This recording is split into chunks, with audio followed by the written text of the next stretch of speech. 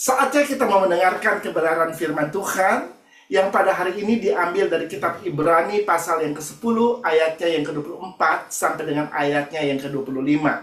Saudara boleh buka Alkitab saudara dari kitab Ibrani pasal yang ke-10 ayatnya yang ke-24 sampai dengan ayatnya yang ke-25 yang bunyinya adalah demikian. Dan marilah kita saling memperhatikan supaya kita saling mendorong dalam kasih dan dalam pekerjaan baik. Janganlah kita menjauhkan diri dari pertemuan-pertemuan ibadah kita seperti dibiasakan oleh beberapa orang, tetapi marilah kita saling menasehati dan semakin giat melakukannya menjelang hari Tuhan yang mendekat. Sedemikian jauh pembacaan firman Tuhan pada hari ini. Kalau saya bisa beri judul untuk khotbah pada hari ini, judulnya adalah Persekutuan Tempat Kita Bertumbuh. Sekali lagi, judul khotbah pada hari ini adalah Persekutuan Tempat Kita Bertumbuh.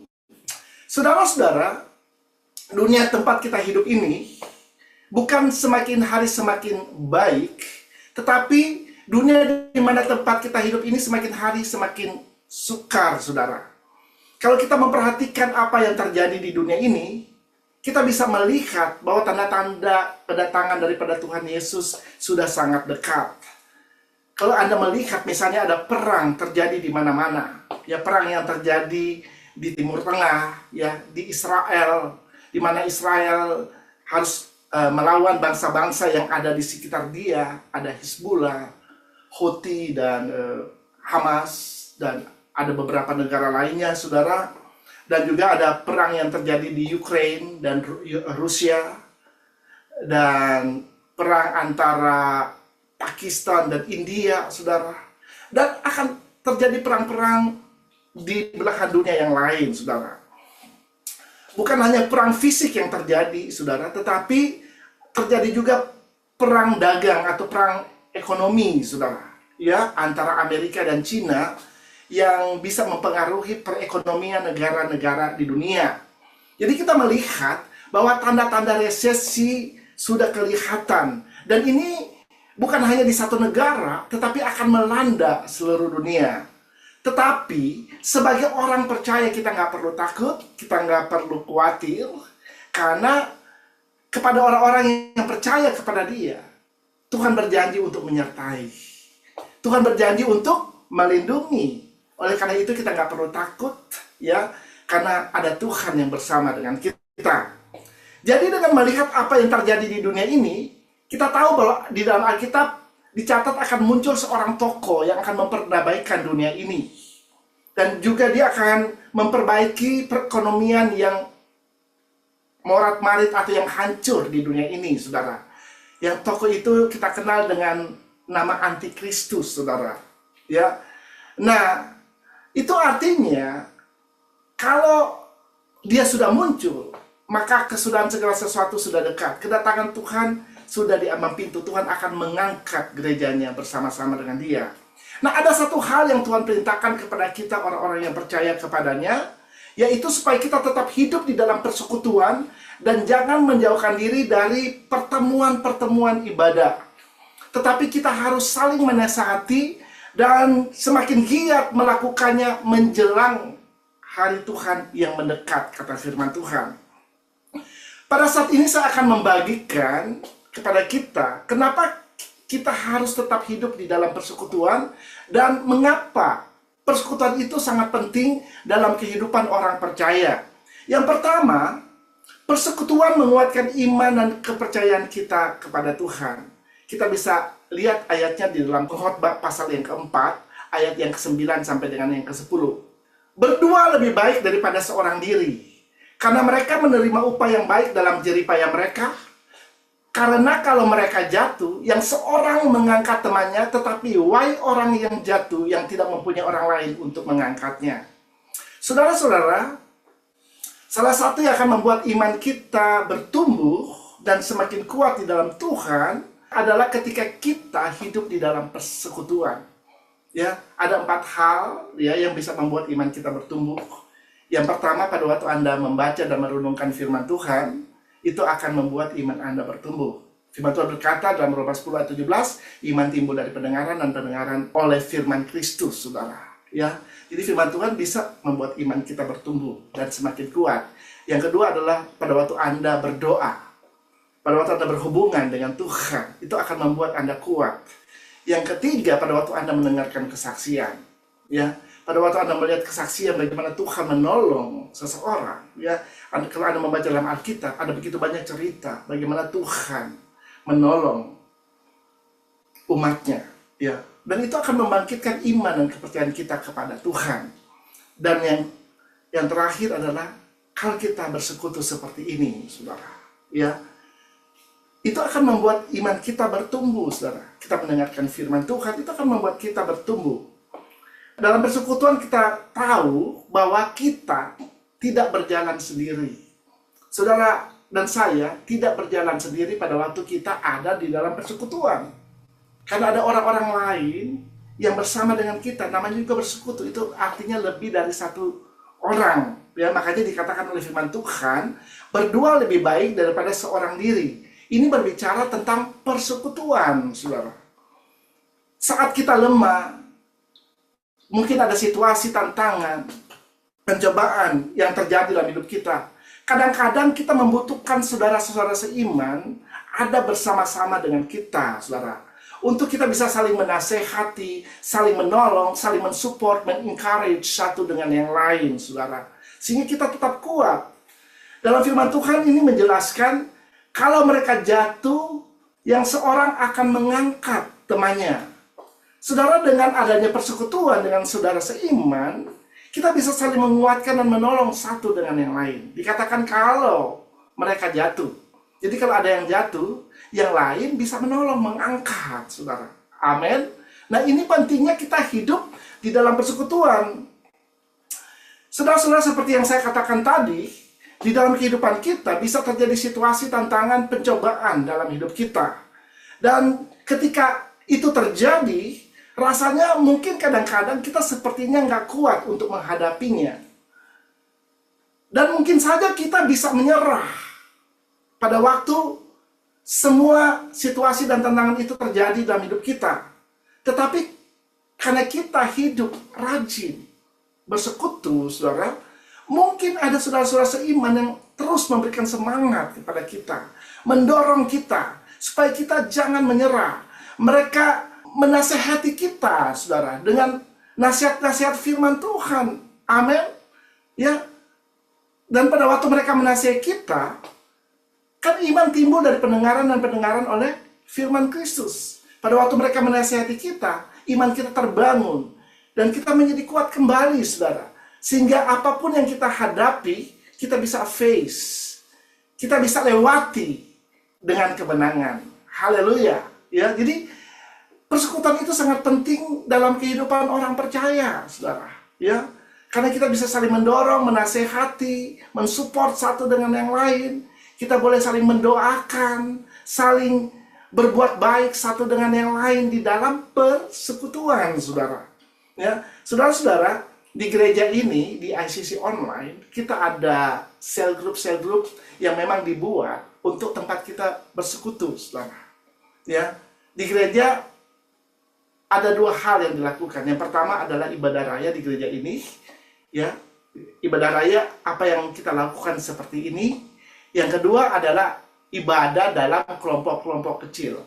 Jadi ada sel-sel group yang ada di dalam gereja ini, saudara. Dan bagi Bapak Ibu Saudara yang belum terlibat, saya mendorong untuk terlibat di dalam sel-sel group ini. Karena saya percaya di dalam sel group ini Anda pasti diberkati. Kita bisa belajar firman Tuhan bersama-sama, dan kita bisa saling memperhatikan satu dengan yang lain.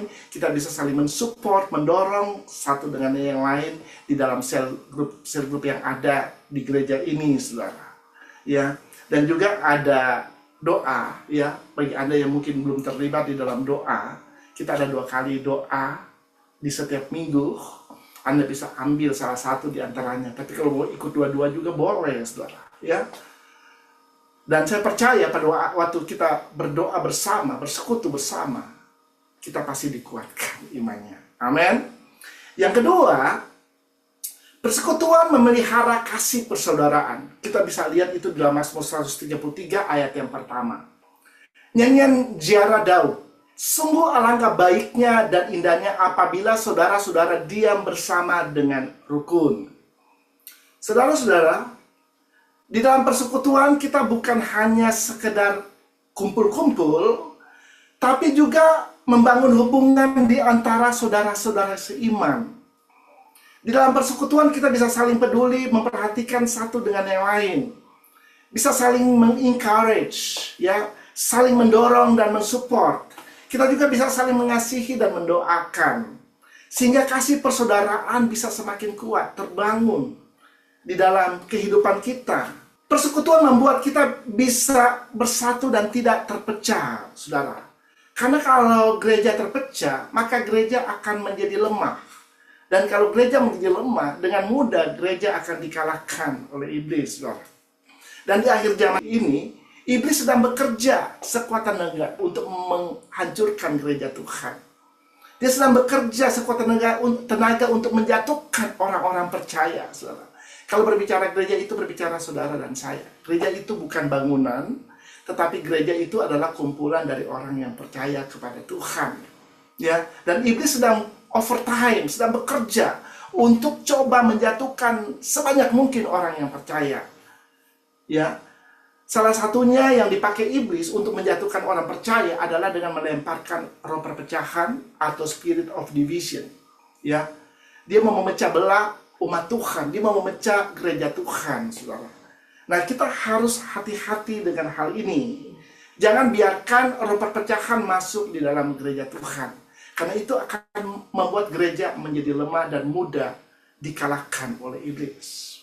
Ya, jadi kita harus tetap bersatu. Makanya dikatakan dalam firman Tuhan, alangkah indahnya kalau saudara seiman diam bersama dengan rukun, saudara. Jadi saudara-saudara seiman, ya, kita harus adalah persekutuan dengan rukun, saudara. Karena banyak orang hidup bersama tapi nggak rukun. Benar? Ada suami istri tinggal satu rumah, tidur satu ranjang, tetapi nggak rukun, saudara. Benar? Ya. Demikian juga dalam gereja Tuhan, sama-sama jadi jemaat, tetapi yang nggak rukun, saudara. Ya. Nah, seharusnya sebagai orang percaya kita harus menyadari pentingnya hidup di dalam kerukunan. Artinya kita harus bersatu, sehati, saudara. Ya. Sehingga gereja tetap kuat. Ya, tetap kuat, dan kita semua pun akan tetap kuat. Ya, tidak mudah dan tidak akan bisa dihancurkan oleh iblis. Haleluya. Yang ketiga, persekutuan menjadi tempat kita bertumbuh secara rohani. Amsal 27 ayat 17.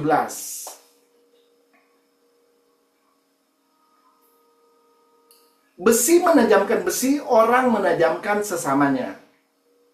Saudara-saudara, ayat ini sangat sederhana, ya. Ini seperti peribahasa, saudara, ya. Besi menajamkan besi, orang menajamkan sesamanya. Ini sebenarnya sebuah ayat yang sederhana tetapi mengandung makna yang sangat penting, saudara.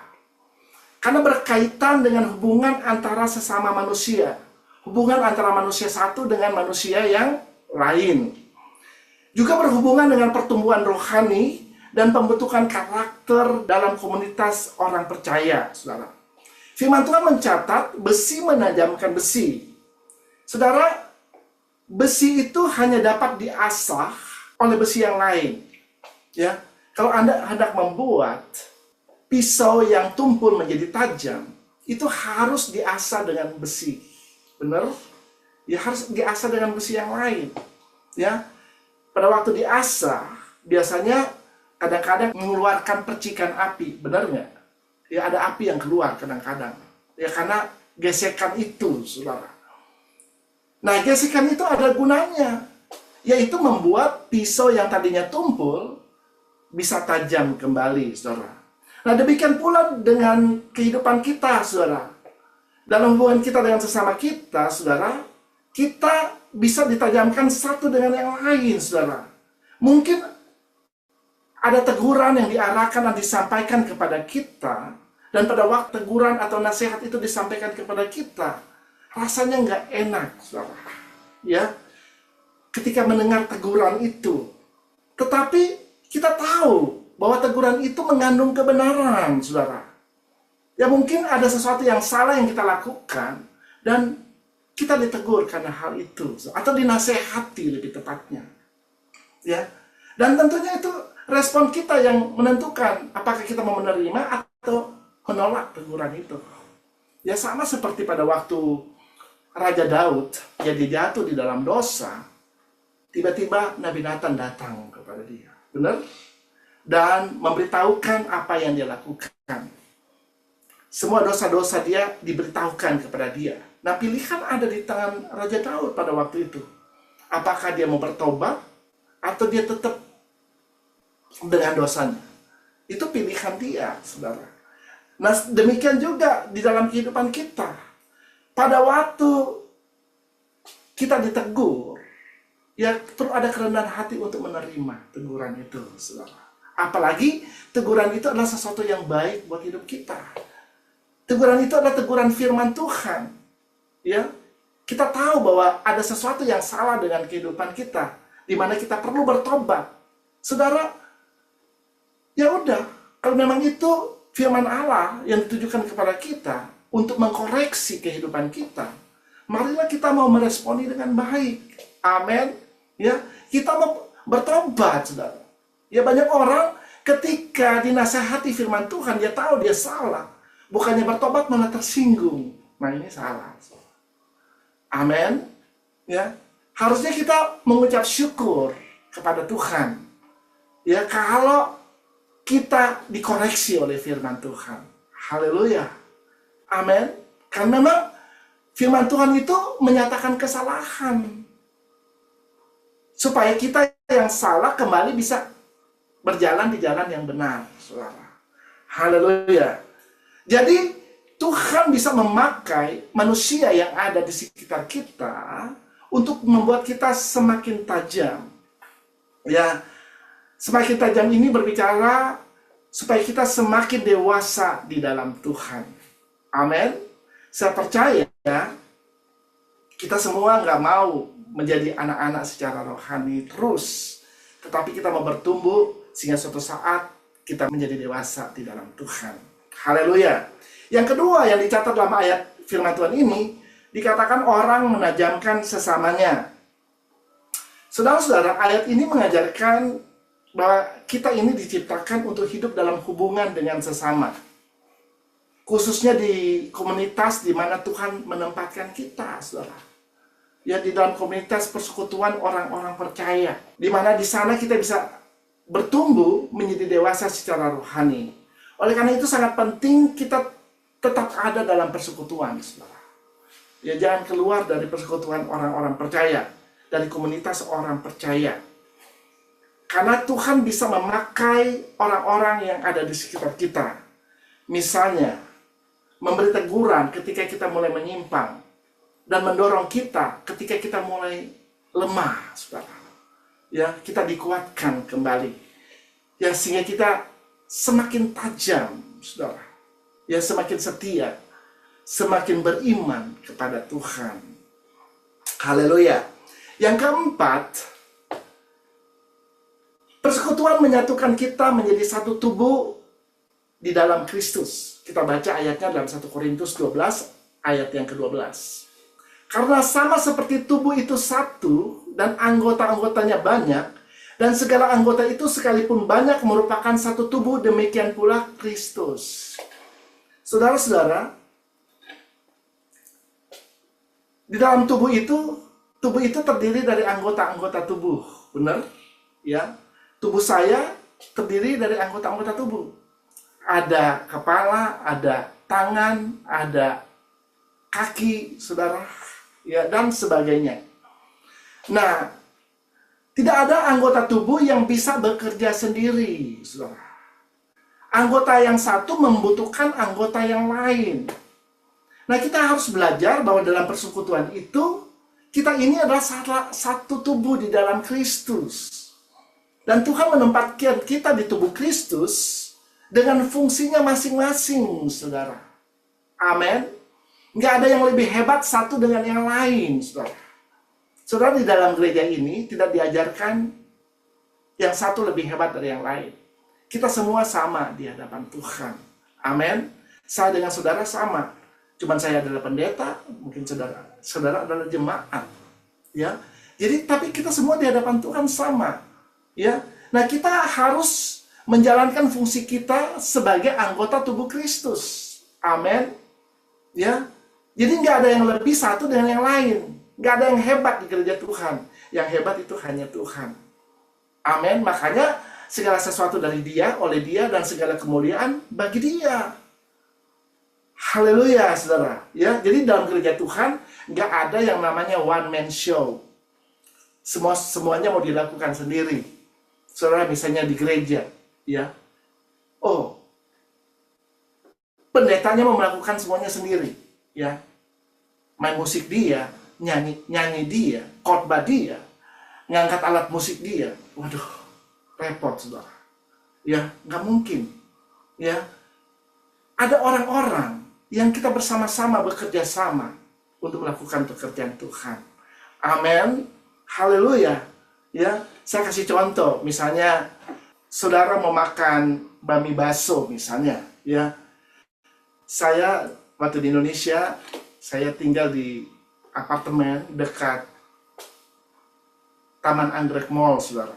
Ya, jadi istri saya suka makan bami GM, dan bami GM itu ternyata ada di Mall Taman Anggrek, saudara. Karena hanya dekat, ya kita cuma jalan aja. Karena ada tempat yang menghubungkan antara apartemen di mana kita tinggal dengan mall ini, saudara. Nah, kepikiran mau makan bami GM, saudara. Tetapi kan itu baru di pikiran, perut lapar, mikir, iya makan bami GM aja. Tetapi untuk pergi ke bami GM itu, karena adanya di Mall Taman Anggrek, kita harus jalan, saudara. Ya, nggak bisa otomatis perut langsung kenyang gara-gara mikir. Kita harus berjalan. Dan waktu jalan itu, pakai mata untuk melihat di mana lokasi dari bami GM itu. Benar nggak? Di mana letak lokasi dari bami GM itu? Mata yang mencari, saudara. Nah, sesudah sampai, ya, mau ordernya pakai apa, saudara? Pakai mulut dong. Benar? Mulut yang bicara. Misalnya, saya mau order 2 bami GM special komplit, misalnya. Mulut yang berbicara. Habis mulut bicara, tangan yang harus bekerja, ngambil dompet, keluarin uang. Benar nggak?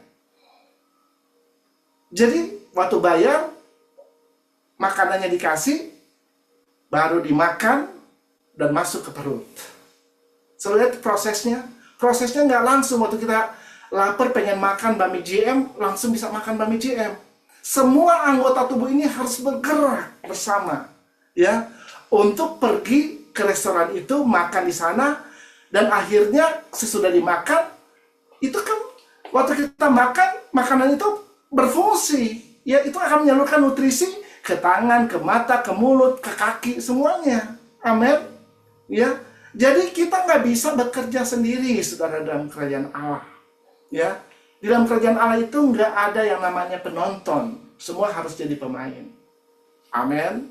Ya, di Indonesia sekarang lagi mau ada sepak bola, ya, Indonesia lawan Cina. Ya, jadi orang-orang pada, wah, semangat, ya, semangat. Ya, saya juga mau nonton, saudara. Ya, Indonesia lawan Cina. Ya, ini baru pertama kali Indonesia bisa lolos ke kualifikasi Piala Dunia, saudara. Luar biasa. Ya, jadi saudara, kita lihat di sini bahwa semua kita ini adalah anggota dari tubuh Kristus, dan semua kita harus bergerak dengan tujuan Allah tentunya di dalam hidup kita. Amin. Ya, jadi satu dengan yang lain kita saling membutuhkan. Yang nggak ada yang hebat. Semua saling membutuhkan. Untuk bersama-sama kita bergandengan tangan untuk melakukan rencana dan tujuan Allah melalui gerejanya. Haleluya. Yang terakhir, saudara, persekutuan adalah kehendak Tuhan. Kita bisa baca dalam Kisah Para Rasul 2 ayat 42. Mereka bertekun dalam pengajaran rasul-rasul dan dalam persekutuan, dan mereka selalu berkumpul untuk memecahkan roti dan berdoa. Haleluya. Saudara-saudara, Persekutuan bukan hanya kegiatan tambahan, saudara, tetapi bagian dari kehidupan gereja mula-mula yang selalu dilakukan oleh jemaat mula-mula. Firman Tuhan berkata di sini, mereka selalu berkumpul untuk memecahkan roti. Selalu mereka berkumpul, ya, di dalam persekutuan. Ya, kata selalu artinya mereka setia, konsisten dalam persekutuan, saudara. Amin. Jadi nggak kadang-kadang berkumpul, kadang-kadang enggak. Ya, tetapi dikatakan mereka selalu berkumpul. Kenapa mereka selalu berkumpul? Karena jemaat mula-mula sangat mengerti apa artinya persekutuan. Ya, persekutuan itu membuat mereka bisa bertumbuh bersama di dalam Tuhan. Amin. Ya, tidak heran kalau Anda melihat gereja mula-mula, ini adalah sebuah gereja yang sangat kuat. Ya, mereka kuat di dalam Tuhan. Tentunya kalau saya bicara kuat, ini bukan kekuatan mereka, saudara. Ya, tetapi kekuatan Allah bekerja melalui hidup mereka. Amin. Karena pada dasarnya manusia itu lemah, manusia itu nggak kuat, saudara. Ya, kita membutuhkan Tuhan di dalam hidup kita. Ya. Nah, salah satu yang membuat mereka kuat karena mereka selalu berkumpul, selalu bersekutu. Ya, mereka memecah-mecahkan roti, mereka berdoa bersama, mereka diajarkan firman Tuhan bersama, mereka saling mendoakan, saling mengasihi satu dengan yang lain, sehingga kasih persaudaraan terbentuk di antara mereka. Haleluya, saudara. Ini luar biasa, ya. Dan sesudah mereka dengan cara hidup yang demikian, mereka juga bergerak memberitakan Injil, saudara, dengan kuasa Roh Kudus. Haleluya. Jadi persekutuan bukan hanya kebiasaan, tetapi kebutuhan yang penting dalam kehidupan kita. Persekutuan adalah tempat kita untuk bertumbuh. Amin. Kalau Anda mau bertumbuh di dalam Tuhan, jangan pernah menjauhkan diri dari persekutuan. Jangan menjauhkan diri dari ibadah-ibadah seperti yang dilakukan oleh beberapa orang dikatakan. Ya, tetapi mari kita saling menasihati. Saling nasihati, saudara, satu dengan yang lain. Ya, kalau kita lihat ada teman kita yang udah jarang datang kebaktian, udah jarang ikut persekutuan lagi. Nasihati, saudara, tentang pentingnya persekutuan, saudara. Karena di persekutuan adalah tempat kita bertumbuh bersama. Di persekutuan kita menjadi orang-orang percaya yang kuat. Karena kita mengerti firman Allah. Karena kita belajar pada waktu kita berkumpul bersama. Dan persekutuan kita berdoa bersama. Haleluya, saudara. Jadi memang persekutuan itu sangat penting dalam kehidupan kita sebagai orang yang percaya. Ada kuasa yang besar di balik persekutuan-persekutuan orang percaya, saudara. Ya, dan persekutuan itu adalah kehendak Tuhan bagi kehidupan kita. Karena gereja mula-mula mengerti bahwa itu adalah kehendak Tuhan. Dan mereka selalu melakukan itu di dalam kehidupan mereka. Sehingga mereka bisa menjadi gereja yang kuat dan bergerak untuk Tuhan, saudara. Haleluya. Saya tidak akan memperpanjang khotbah pada hari ini. Kita sudah belajar tentang pentingnya hidup di dalam persekutuan. Oleh sebab itu, mari kita mau senantiasa hidup dalam persekutuan dengan saudara-saudara seiman. Karena itu hal yang sangat penting. Jangan membiasakan diri untuk menjauhkan diri dari persekutuan, saudara. Sebaliknya, mari kita mau saling menasehati, kata firman Tuhan, menjelang hari Tuhan yang mendekat. Ya, karena dunia ini bukan semakin baik, tapi dunia ini akan semakin jahat. Oleh karena itu kita perlu ada komunitas orang-orang percaya, di mana kita bisa bersekutu, sehingga kita bisa bertumbuh bersama dan menjadi kuat di dalam Tuhan. Haleluya. Amin.